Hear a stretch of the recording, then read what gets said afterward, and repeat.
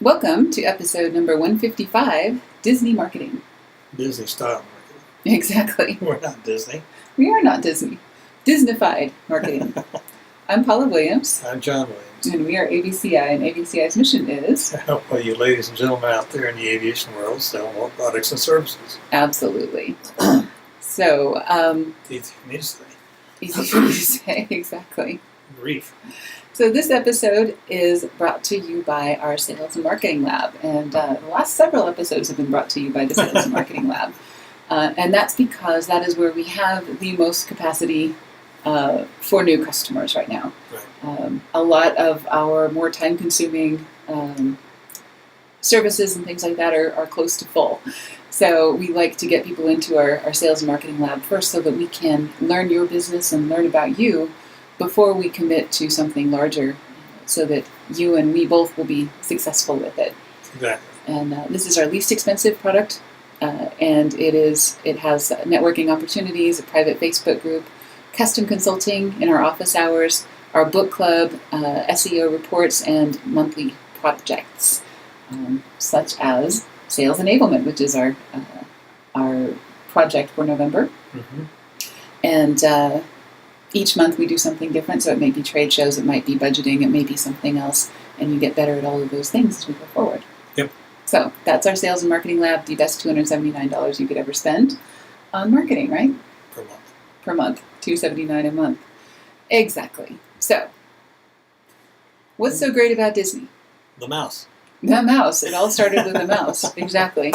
And what does this have to do with aviation marketing? I think you're going to tell me. Probably. So, the thing about Disney, obviously it started at the beginning of most of our lifetimes as a cartoon and as something that is very, very small. And it has grown by leaps and bounds into an industry that is buying other companies like nobody's business. And it is one of the major powerhouses in marketing in the world today, not just in the United States. And tourism. Exactly. And we are in high-end marketing and tourism, the hospitality industry. So a lot of the things that Disney does are things that will also be successful for us, right? Exactly. Okay. And they've got some doozies. They've got some doozies, exactly. So this is Vance Morris, and we actually belong to several mastermind groups and other types of networking groups in the sales and marketing industry, not necessarily in aviation, but in the rest of the world. Just like we have our mastermind group where people work together to learn from one another. This is one of the groups that we belong to, was the GKIC Peak Performers Group. And Vance Morris is one of the peak performers in that group. And we really enjoyed learning from him in some of his presentations, some of the things that he is doing.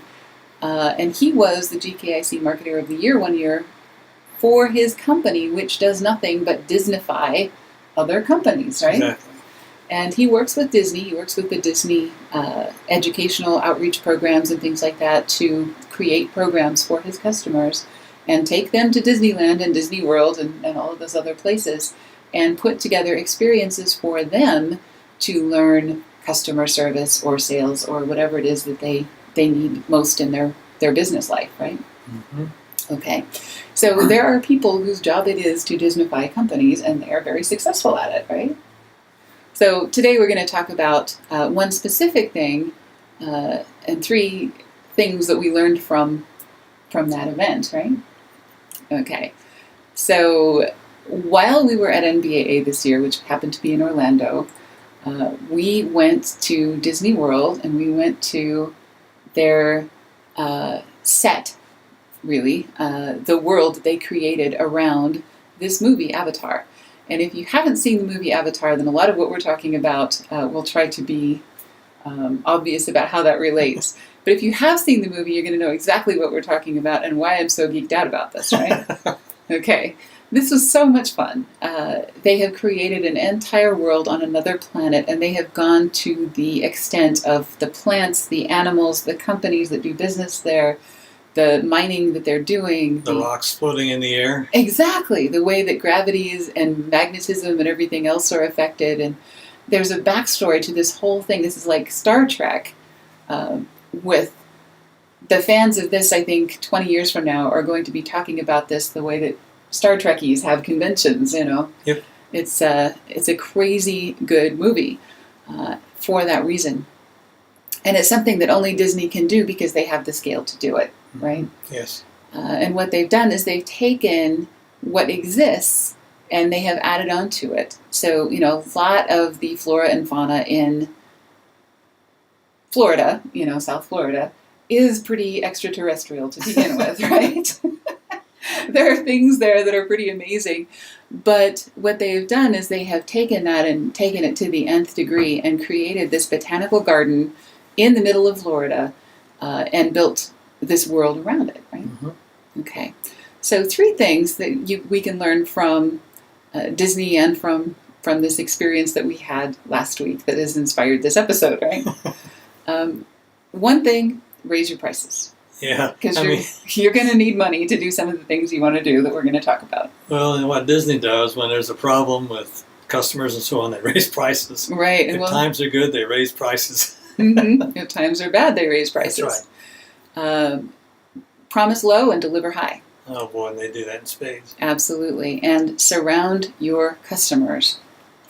They absolutely do that probably better than anybody we have ever seen. Mm-hmm. Okay. But as an aviation company, you can do all 3 of these things, and we're going to talk about how and why in just a minute. So most of the folks that we do business with, one of the first pieces of advice we often give them is that they need to raise their prices. They are undervaluing their product or service. Oh yeah, and from my first marketing prof on forward, example after example proves that correctness of that approach. Absolutely. So the Orlando Sentinel can be quoted as saying, in this world there's nothing certain but death and taxes and Disney price hikes. So when Disney opened, the admission to most of their attractions was from 10 cents to 90 cents, depending on which attraction it was. You actually paid for the individual rides. Mm-hmm. In 1982, they started doing these A through E tickets. I don't know if you remember that. No, it was earlier than 82, I think. Okay. Because... they stopped using them in 1982, right? Yeah, because in the 60s, I had friends out there that would... And when you would go in, if you had extra tickets, you saved them. Mm-hmm. And took them in the next time. So then, I don't remember how many E-tickets it took to create an A-ticket, but my friends had it all figured out. So I'd go visit them, and they'd go in this big box of tickets and say, you need this for that, and you need this for that, and you pay $5 to get in, and you go ride everything. So you had Disney science. Oh, yeah, I had it down as hard. Right, exactly. Okay. So in 1982, they went from the A to E tickets to charging $15 a ticket. Oh, my goodness, right? And that seemed like an awful lot of money. In fact, they called Epcot a pricing... they had an acronym for that, about Disney pricing and how that was a terrible thing. They said Epcot really stood for Experimental Pricing Concepts of Tomorrow. And that was once again an Orlando newspaper that said that. All right, in 1990, they raised the price from $29 to $31 to $40 to... How much did we pay? Nothing. How much would we have paid for those tickets? I think it was 100. It would have been 140-ish. 140-ish each. And that was just for one of the theme parks. Yeah, this was right. not a park hopper. This was one day, one park, right? So every time something bad happens at Disney, they raise the prices. Mm-hmm. You would think, back, I don't know if you remember, a couple of years ago, they had a measles outbreak that was connected to Disney. They raised the prices. That's right. And it did not hurt them at all. People kept coming. In fact, more came. Mm-hmm. And they had lines at Disney like you wouldn't believe. And the concept or the philosophy here is about doubling down.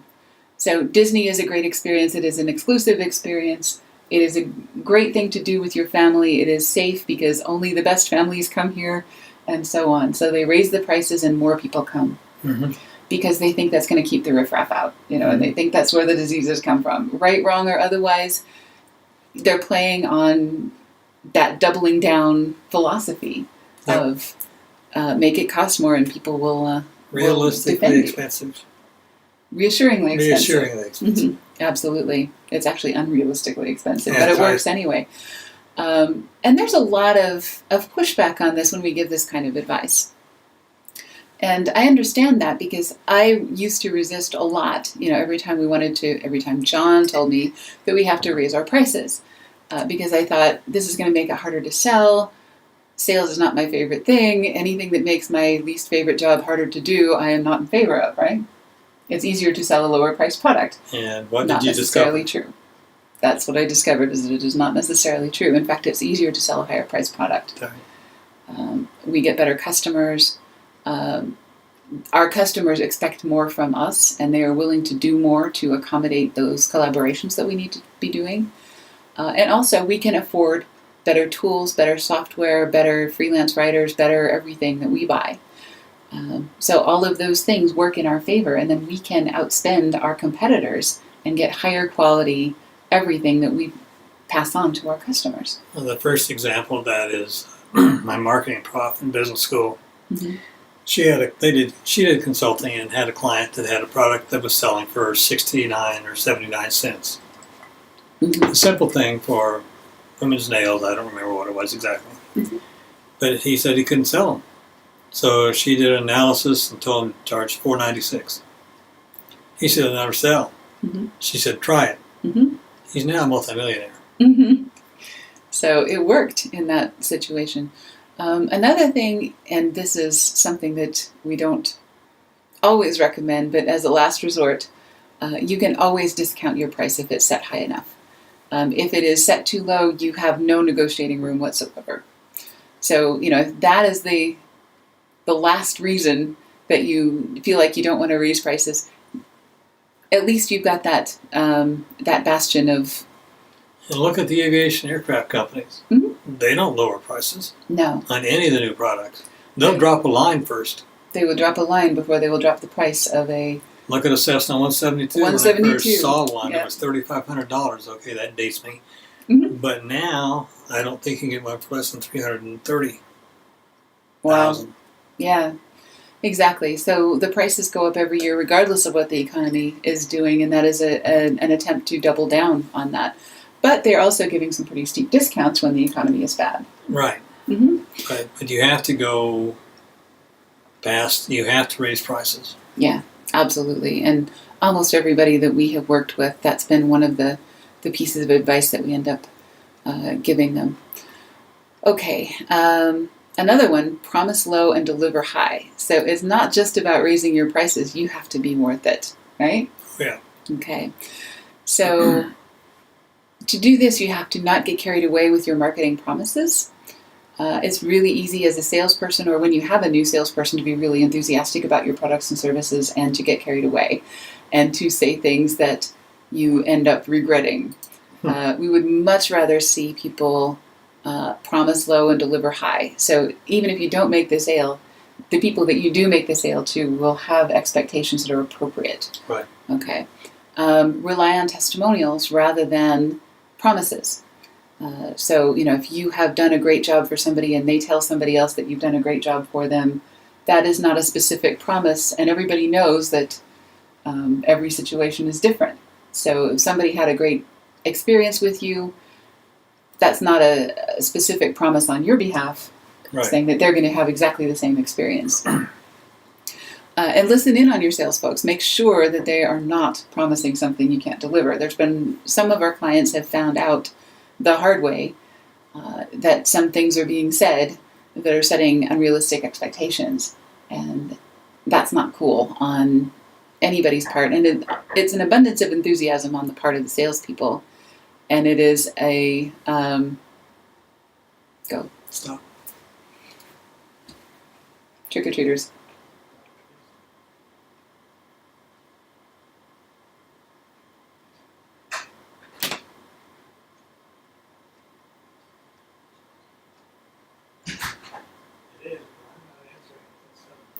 That's what I said. Right, at least 6. Well, 15 minutes. Right. Or 6:30, but anyway, we're almost done. So it can be an abundance of enthusiasm on the part of your salespeople, but it can really hurt you. Especially in the aviation industry, it's a small world and word gets around quickly. Exactly. Okay. I mean, if you have to say something about a marketing promise, why don't you go ask so-and-so, he's bought one of our products, and see what he has to say. Mm-hmm. Absolutely. Or make promises that you're sure are in your control. Right. Right? Okay. This is what happened when we went to the world of Avatar. It was called the Flight of Passage was the ride that we took, and you get to ride banshees, which are really cool. They call them Ikran in the movie. They're flying lizards, basically. And you get to ride one around this... When they say a ride, it's actual virtual reality enhanced with artificial intelligence. Mm-hmm. So it's really a cool ride and very much worth it. A lot of the app that you have on your phone when you're at Disney World, and it tells you what the wait times for each of the rides and things like that. In some cases, I think in our case, it was over 3 hours. Mm-hmm. So it ended up being about an hour and a half. So it was about half of what it was advertised to be. So the people who were getting in line for this ride, they had signs all over the place discouraging people from taking this ride, so that unless this was something that you had your heart set on, you would go do something else. And then you get to a certain point, said by the way, there's no restroom, so... Yeah. So, yeah, if you're in line, stay in line, because there will be no cutting or anything else. And so they are very, very strict on setting expectations and making sure that you are aware, and you're not going to be telling everybody this was a horrible experience because of the long wait. You're going to be telling everybody this was a great experience in spite of the long wait, because you made that decision and you made it fully informed and had no excuse for not knowing that. And just so you know, this is actually, you get into this chair, which is got 3 degrees of motion. Mm-hmm. And then you put on goggles. Right. And when they fire the thing up, you are riding on the back of this banshee. Exactly. And it's really well done and very much worth it. And yeah, I know I'm a Disney geek and an Avatar geek and all of those things, but it is totally, totally, totally worth an hour and a half wait. It would have been worth a 3-hour wait, but we didn't have that, so it was cool. All right. Third thing is you want to surround your customers, and this same ride did that so well, right? Mm-hmm. You want to create an environment that supports your pricing, and you don't want to ruin it with underwhelming details. So if you have a very premium product or service, and the thing that you are... there's a lot of touch points with the customer.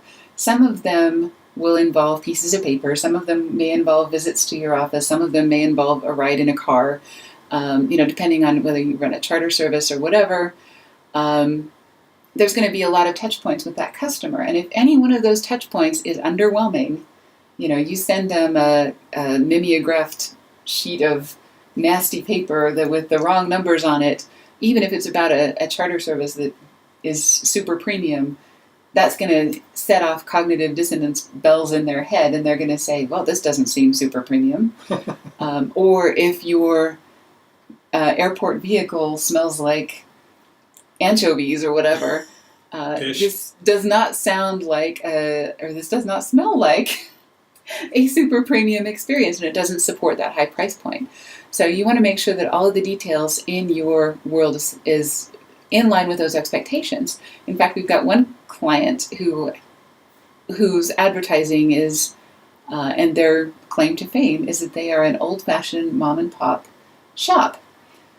And all of their customer interactions are absolutely on point with that and absolutely transparent of that.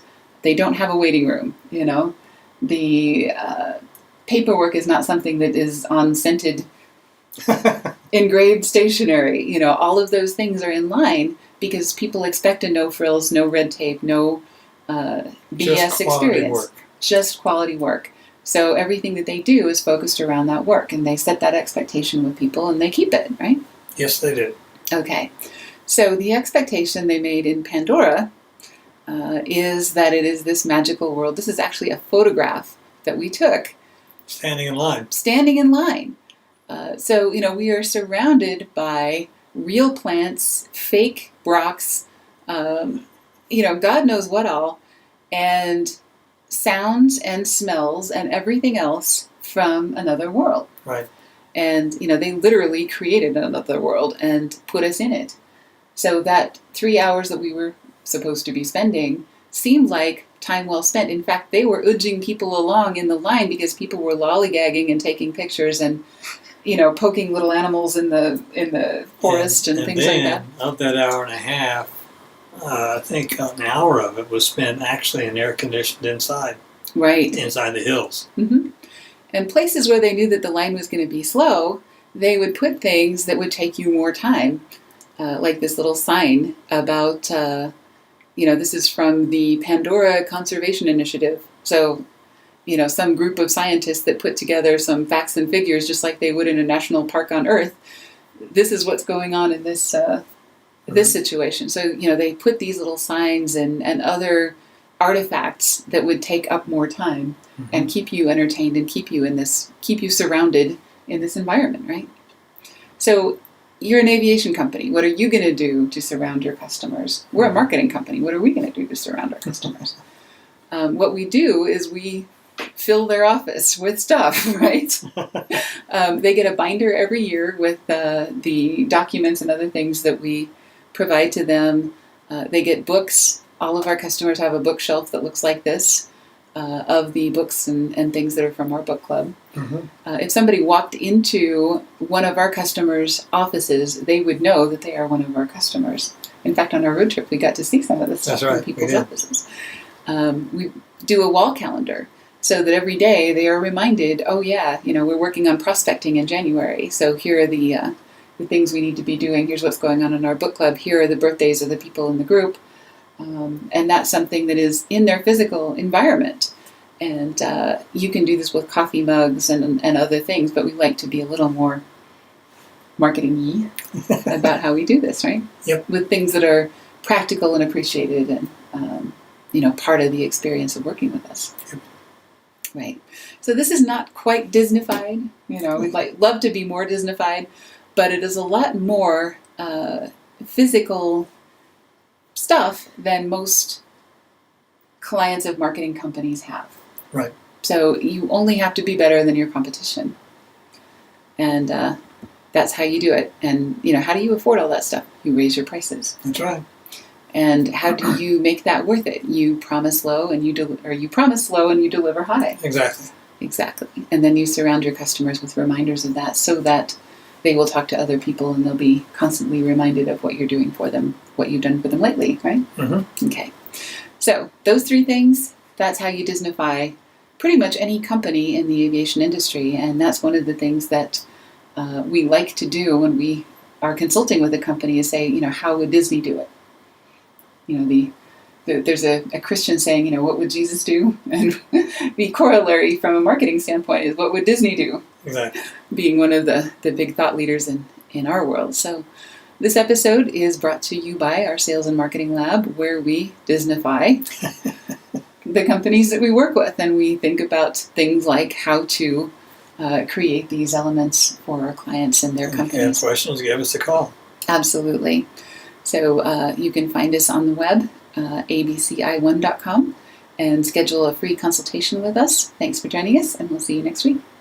Have a great day. See you later. Trailer, and we're done.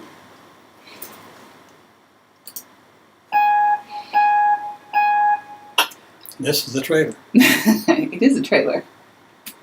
This is actually a very short piece of video. So I'm Paula Williams. I'm John Williams. And we are ABCI. And ABCI's mission is to help all you ladies and gentlemen out there sell more products and services in the aviation world. Absolutely. So this is a trailer for our next episode, and that is number 155, how to Disnify your company, or 3 marketing lessons we learned from Disney and how to apply them to any aviation business, right? Of course. Of course. So we'll see you Monday. We look forward to seeing you then. See you then. Done. Woohoo! Now we got it. Get Andy ready. Yep.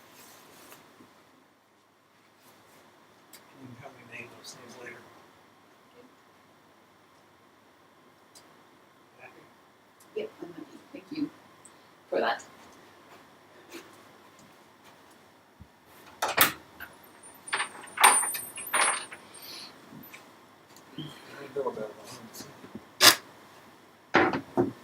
Maybe I'll turn that switch on.